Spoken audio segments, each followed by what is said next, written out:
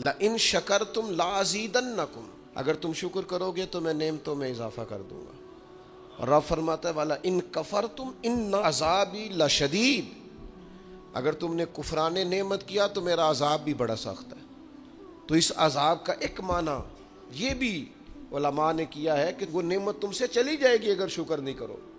کفران نعمت کرو گے، ناشکری کرو گے، وہ نعمت رخصت ہو جائے گی. بہت سارے لوگ ہیں قدر ہی نہیں کرتے.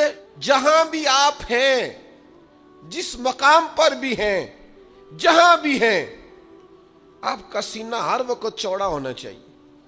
میں اپنے دوستوں کو سمجھانے کے لیے کہا کرتا ہوں کہ میں ناز سے کہتا ہوں جس طرح کے استاد مجھے ملے ہیں دنیا میں کسی کو نہیں ملے. ہاں ہے، جس مقام پر ہے آپ کی طبیعت شکر کے اندر ڈھلی ہوئی. میرے ابا جی کہا کرتے تھے بھوک لگی ہوئے تے ہر شاید سواد ہے، تے نہ لگی ہوئے تے بڑ نخرے نخرے نے. نہ قدری اور نہ شکری یہ زوال نعمت کا باعث بنتی.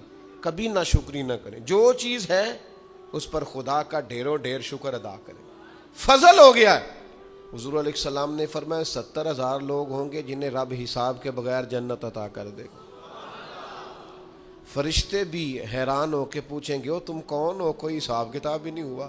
وہ کہیں گے ہم وہ ہیں جو ہر حال میں اپنے رب کا شکر ادا کرتے. تیسری بات جس سے نعمتیں چلی جاتی ہیں وہ تکبر ہے. تکبر صرف ایک ذات کو زیبا ہے، متکبر صرف ایک ہے، وہ اللہ ہے. اللہ کی شان ہے کہ وہ بڑا نا سورہ حشر میں اس کا ایک صفاتی نام یہ ہے کہ وہ کیوں، اس لیے کہ اس سے بڑا ہی کوئی نہیں، سارے چھوٹے ہیں تو وہ اکبر ہے. تو ہم سے تو بڑے ہی بڑے ہیں نا، بلکہ میرے جیسے بندے سے تو سارے بڑے ہیں نا. اب کرنا کیا ہے؟ عاجزی. نعمتیں ملے تو بندے میں عاجزی آئے. یہ آپ بڑھوتری بیان کر رہے ہیں، تکبر نہیں.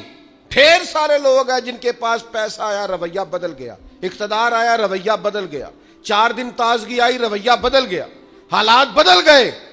اگر آپ ناراض نہ ہوں تو جب تک دکھ تھے تسبیح بھی چل رہی تھی، جب تک تکلیف تھی سجدے بھی ہو رہے. سادی مثال ہے اور سب کو یاد ہے. درخت کو پھل لگ جائے تو ٹہنیاں جھک جاتی ہیں، اور جھکنے کا مطلب یہ ہوتا ہے کہ پھل لگا ہوا ہے. اور اگر درخت کھڑا ہو، ٹہنیاں بھی کھڑی ہوں، اکڑی ہوئی ہوں، تو اس کا مطلب یہ ہے کہ پھل کوئی نہیں. جو بندہ آپ کو جھکا ہوا ملے نا، عاجزی کرتا ملے، سمجھو پھلدار ہے. لیکن اگر تکبر نظر آئے معاذ اللہ، تو پھر اس کا معنی یہ ہے کہ اس نے اپنے آپ کو پھلدار نہیں سمجھا. قارون حضرت موسیٰ علیہ السلام کے زمانے کا مالدار ہے. لوگ رشک کرتے تھے اس کے پیسوں پر، اور ایسا مالدار کہ جس کے خزانوں کی چابیاں اونٹ اٹھایا کرتے تھے. پیسہ ہی پیسہ. حضرت موسیٰ علیہ السلام نے کہا زکوٰۃ دو، کہنے لگا اب آپ نے معاذ اللہ پیسے بھی لینے شروع کر. یہ بڑا مسئلہ ہوتا ہے نا بعض لوگوں کو.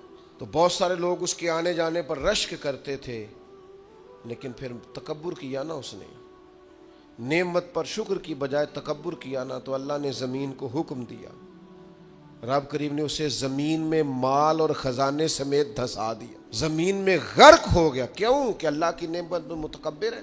اپنے آپ سے خود احتسابی تکبر سے نعمتیں چلی جاتی ہیں، زوال نعمت ہوتا ہے. صحیح بخاری میں حضرت ابو ہریرہ رضی اللہ تعالیٰ عنہ سے حدیث مروی ہے، بڑی مشہور ہے.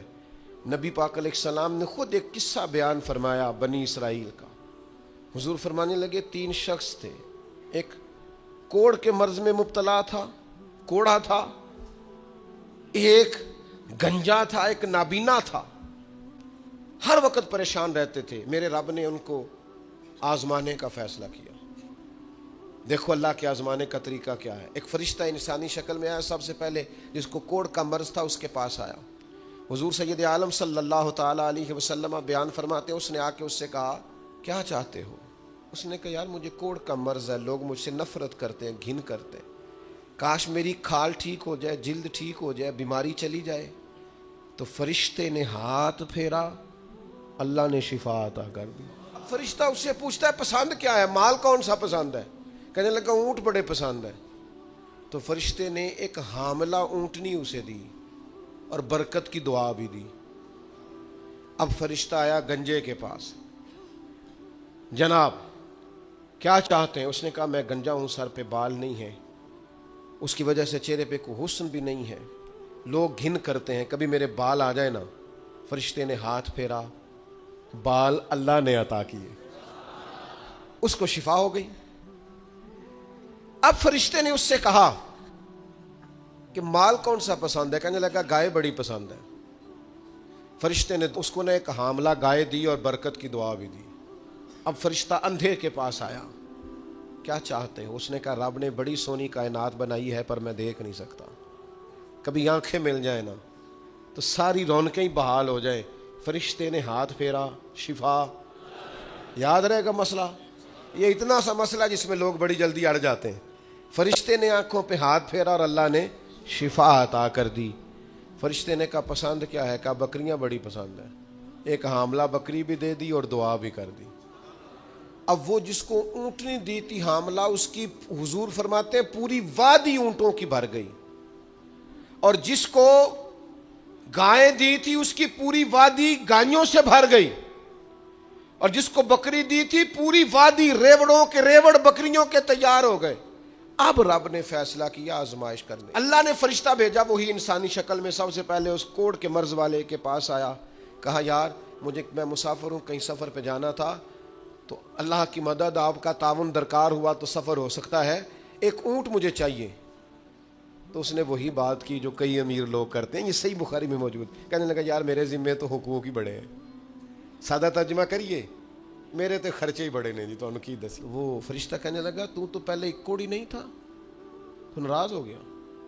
کہنے لگا میں تو جدی پشتی رئیس اعظم ہوں، باپ دادا کی جائیداد ہے ساری جو مجھے ملی ہوئی. اس نے کہا اگر تو جھوٹا ہے نا تو اللہ کرے اسی طرح کا ہو جائے جس طرح کا پہلے تھا. زوال نعمت کب ہوتا ہے؟ جب لوگ راہ خدا میں خرچ نہیں کرتے، غریب کا، مسکین کا، لاچار کا خیال نہیں رکھتے. جیسے جیسے پیسے آتے جاتے ہیں ذاتی خرچے بڑھتے جاتے ہیں، ذاتی معاملات ہی بڑھتے جاتے ہیں. آہستہ آہستہ لوگ کہتے ہیں او خود ہی آپ کو پتہ ہے نا، پھر ہمارا گھر بڑا وسیع ہے تو بڑے مسئلے ہیں، تو بڑے خرچے ہیں، تو بڑی چیزیں ہیں. بھائیو، زوال نعمت کے معاملے میں اپنے رب کا خوف پیدا کریں، اللہ سے ڈریں ہر وقت.